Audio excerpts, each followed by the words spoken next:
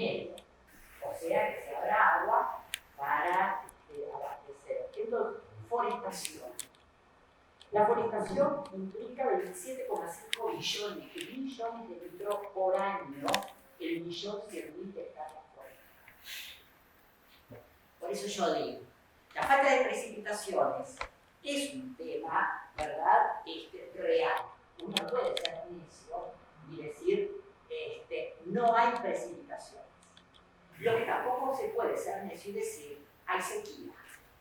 Porque que se deseque el sistema hidrológico implica que hay algo que está absorbiendo agua dentro del sistema, por raíces, por crecimiento de biomasa, por actividad industrial, que está afectando al sistema. Entonces, y ahora traje ahí para ver. Entonces, bueno, vamos a la cuenca del Santa Lucía. Esta cartografía fue denunciativa en el año 2012, 10 años después de la anterior. Fíjense las nacientes del río Santa Lucía, que de ellas están todas forestadas. Uno dice, bueno, Uruguay tiene 16 millones de hectáreas rurales productivas. Tenemos 1.100.000 forestadas. Por eso nos tildaban de chetos ecologistas, ecoterroristas y de cuántas cosas más del 2010, 2015, por todos esos sucedidos. Pero el problema no es dónde está ese millón cien. El problema es dónde está ese millón cien. Está en las nacientes. Ahí es donde se cosecha el agua. Por tanto, ahí se afectó la pradera, se afectó el monte nativo y se sustituyó por tecnosistemas, se forestó, y cualquier persona comprende, ¿verdad?, por medio de lo de frente, que un eucalipto para crecer toma más agua que el pasto de una pradera. Eso, ¿verdad? Y que genera menos agua en el sistema. Eso por la vertiente oriental y norte. Por la vertiente occidental tenemos la expansión de soja. También 1.100.000 hectáreas, no la cuenca de Santa Lucía, en todo el país. Ya superamos la frontera agrícola. Miren lo que estoy diciendo, para que era ganadero, tenemos la frontera agrícola, ¿verdad? No hay extensión más para que se extienda la soja o los cereales oleaginosos. Entonces, para poder mantener la productividad, la frontera agrícola lo define. Nosotros es un concepto que definimos en Facultad de Ciencias, se vuelve vertical. Como no hay forma de extenderse porque hay sierras, las estaciones de laboreo, los productores, ¿verdad?, comienzan a ampliar la productividad de la vertical con paquetes agrotecnológicos. No solo con nitrógeno y fósforo, que van a dar contribución al agua y generar eutrofización, sino también con la utilización de tóxicos, ¿verdad?, para evitar plagas o malezas. Lo mismo ocurre en la forestación. Entonces, en un país con esa producción, claro, Ejemplo, el concepto de vertical. meten fertilizantes, por unidad forestaria, para que pueda, diríamos, inyectar de fuerza a la semilla para que pueda producir. Exacto. Para que en menor lugar rinda más. Rinda más.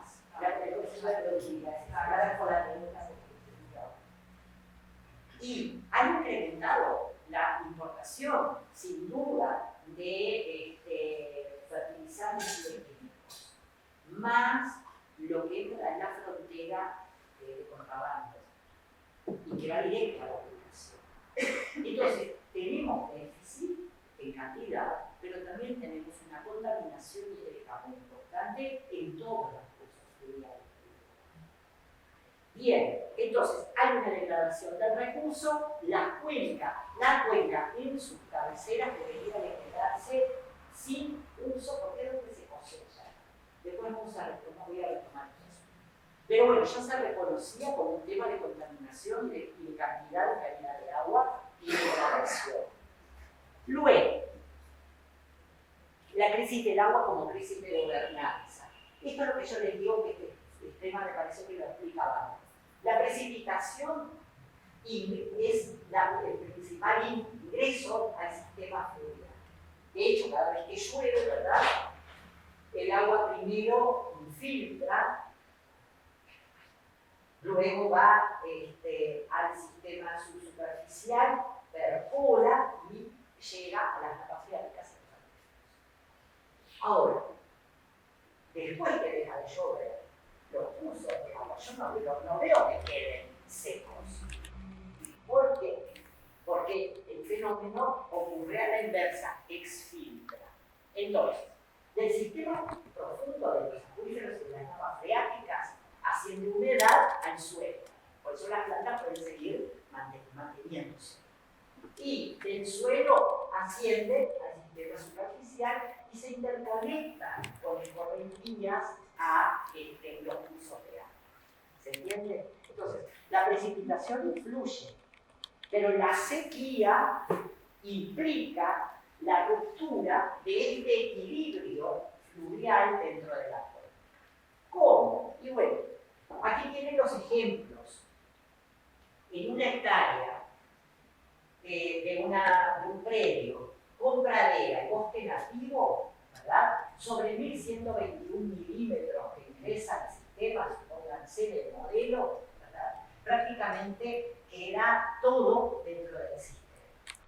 Cuando yo sustituyo esa misma hectárea por pino, primero estoy ya reduciendo una cantidad de agua del follaje que evapora y no entra al sistema. Entonces, y bueno, también está exfiltrando mucho más para mantener la biomasa. Por tanto, de 1121 estoy reduciendo a 1047 velocidades en vez de pino.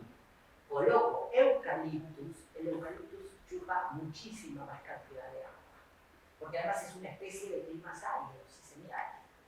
Entonces, la necesidad hídrica es mayor, intercepta mucho más, porque en el pino, por la propia conífera, el agua va escurriendo, pero en el eucaliptus no, evapotranspira, y voy a tener 986 milímetros.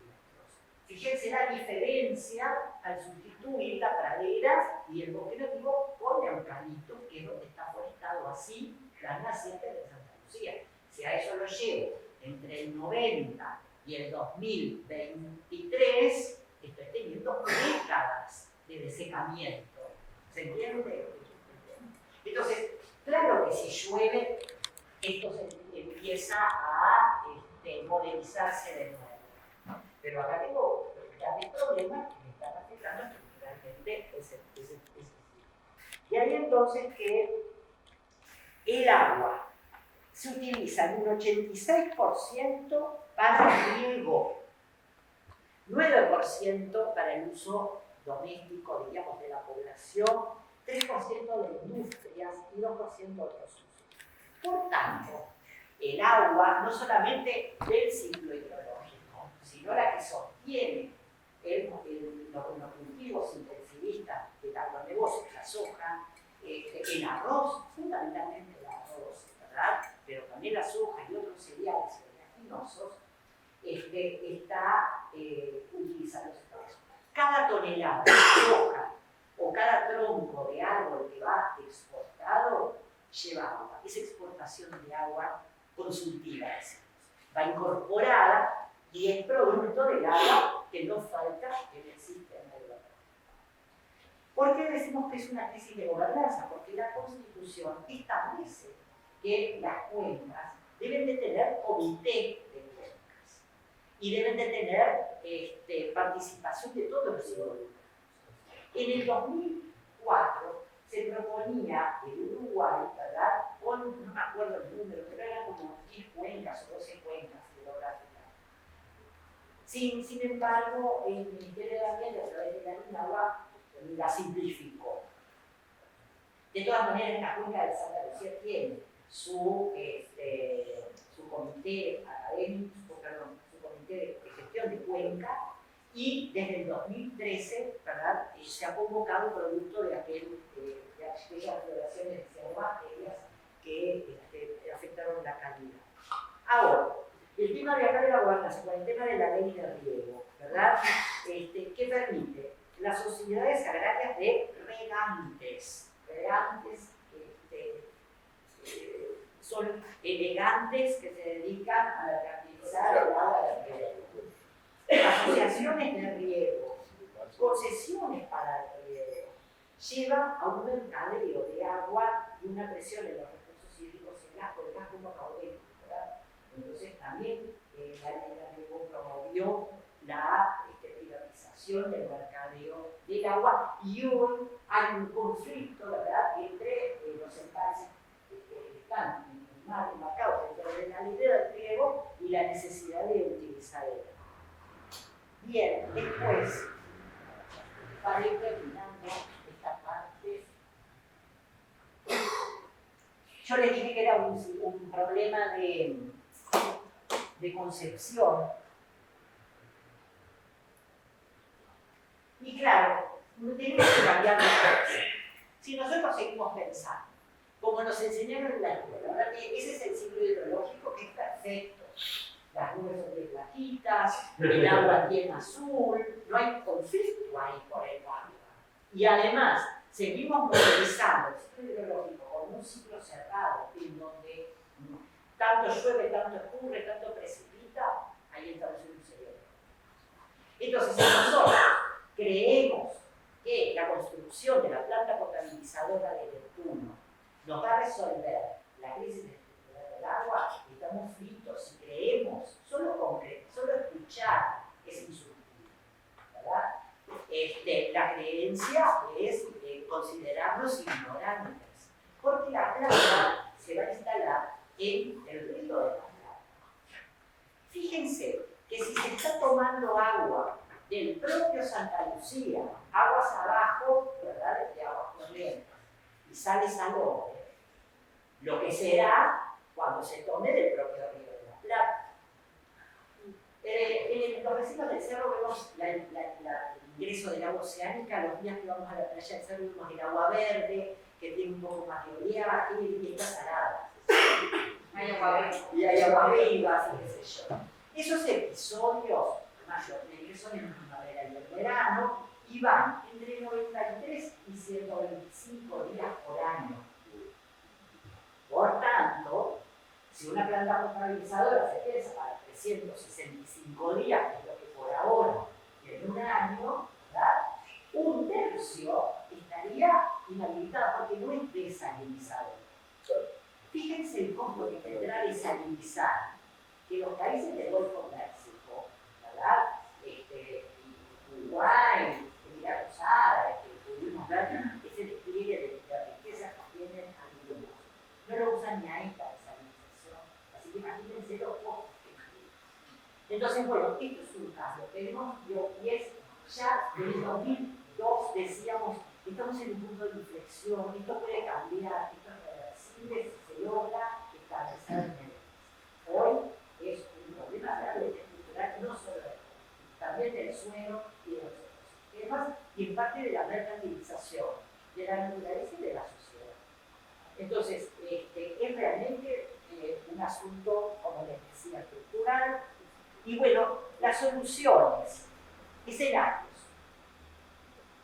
los que nos proponen. Por un lado tenemos, allí está, ¿verdad?, siempre me lo proyecto Neptuno, ¿verdad?, que se va a llamar Aguas de Montevideo. Hay cuatro empresas, ¿verdad?, a las que se les va a dar la concesión para la potabilización del agua, que luego OCE va a redistribuir a través de la red. Ahora, primero, nuevamente estamos ante un asunto de inconstitucionalidad, porque en aquel entonces, y con los abogados que trabajaban en la Comisión de Defensa del Agua y de la Vida, se había redactado justamente para que no hubiera posibilidades de privatizar ninguna de las etapas, desde la extracción, la potabilización, la circulación, la distribución y la prestación al doméstico, a la casa, al comercializante. Por tanto, en primer lugar, que se va a mencionar, claro, OCE se va a encargar de la circulación y de la distribución. discusión.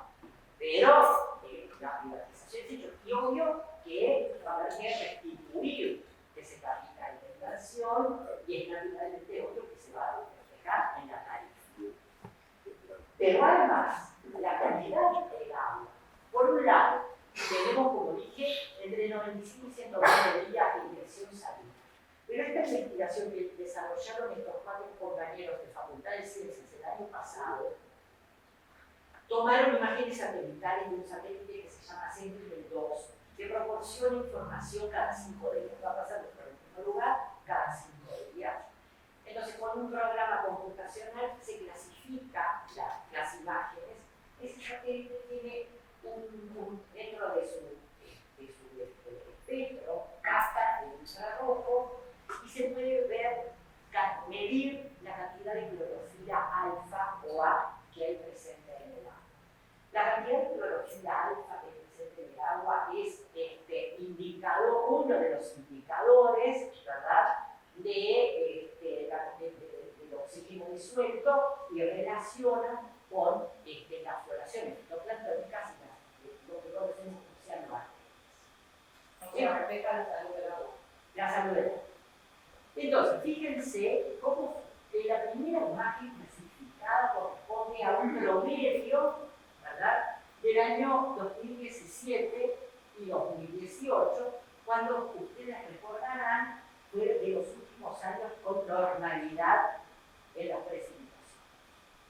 Ya en el 2019 hubo superávit de precipitaciones.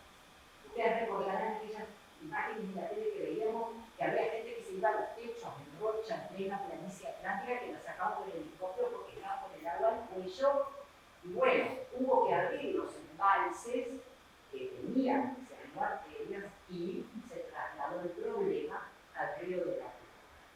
Y bueno, 2019 y 2020 y 2021, fíjense, para 2022 todavía las clasificaciones no están prontas, pero bueno, esta es la situación de la crisis con respecto a la calidad vinculada al oxígeno disuelto y a la existencia de cianobacterias. Por lo tanto, la construcción del estudio tiene una triple indicación. Primero, la constitucional jurídica. Segundo, ¿verdad?, la geografía física, porque el estuario, yo no puedo poner una barrera como hacen de los tiburones en la playa de Carioca, que no pasen los tiburones, no puedo decir hasta acá llega la cosa. Y la ingresión se produce. Y además tenemos el problema de cianobacterias. O sea que ese paisaje geográfico tan bonito y prístino que tenemos ahí, ¿verdad?, químicamente, diríamos, tiene problemas. Y fíjense los lodos que llegan. Esta es otra imagen satelital, esta es Lanza, tiene mayor amplitud de paso para poder llegar. Y estos son los lodos que vienen de toda la Cuenca de Plata a las costas del Río de la Plata. Acá vienen sedimentos producto de la erosión de los suelos, de la lluvia cordillerana, de todo Paraguay, de todo el Mato Grosso, del suroeste del Brasil, más de la Mesopotamia y de la Pampa Argentina, más de Uruguay, que llegan al Río de la Plata, ¿verdad?, al estuario, y con esos lodos viene nitrógeno, viene el fósforo, que tiene que ver con las imágenes anteriores de las floraciones de cianobacterias. Y cuando el agua hemos sido que parece que tiraron tacos de pintura verde, ¿verdad?, que no se puede bañar, que genera alergias, que nos priva del espacio público, en fin. Y bueno, y además químicos como el arsénico, el plomo, el mercurio, y vayamos a ver qué. Entonces, esta es la situación del escenario para la salud y mental. ¿De dónde sacan el agua? Porque estamos todos con la misma pregunta. Bueno, la Cuenca de Santa Lucía es de la Fundación de Montevideo. La Cuenca de Santa Lucía es la cuenca que nos corresponde. Trasvasamiento de agua de otras cuencas puede ser un episodio coyuntural. Por ejemplo, habrán escuchado, van a traer agua de la laguna del Cisne y camiones para abastecer hospitales, porque necesitan realmente agua potable y de calidad. yo no puedo destinar, energéticamente es inviable que vengan camiones con agua para abastecer el área metropolitana. Entonces, retomar la cuenca de Santa Lucía y, primero, así como se hizo en el 2013, declararla área de prioridad estratégica nacional. Eso es una primera medida grave, urgente, inmediata. ¿Qué significa eso? Y bueno, significa realmente, primero, parar los monocultivos y la forestación. Este es un mapa. Yo lo traje porque memoria de tener de las nacientes. En el año 2010, OPP había planificado escenarios a mediano y largo plazo para promover el crecimiento económico y el desarrollo del país. Dentro de una de las variables, ¿verdad?, estaba el incrementar la superficie forestal de 1 millón a 3 millones. Por eso se instaló con la pretensión, pues un planaje de 1 troncos. Entonces, el hecho de ampliar. Lo que está en rojo y en marrón era, al 2010, la superficie que ya estaba forestal. Y lo que está en amarillo era la potencialmente forestal. Fíjense ustedes, en el territorio de las nacientes de la Cuenca del Plata, es justamente, mayormente, donde concentra esta parte, no, esta parte se encuentra en Río Negro, pero aquí, toda esta parte integra la Cuenca de Santa Lucía. Entonces no podemos permitir que continúe el proceso de forestación como se piensa. Se pensaba en 2030 que era un escenario, y estamos en el 2023, siempre. Yo quisiera saber qué va a pasar con el censo rural, porque tenemos datos de anuario estadístico, pero no tenemos cartografía. O sea, sabemos cuánto, pero no dónde. Y es lo que yo les decía. 1 millón no es nada, nos dicen, pero bueno, si las tengo en la naciente de Santa Lucía es todo.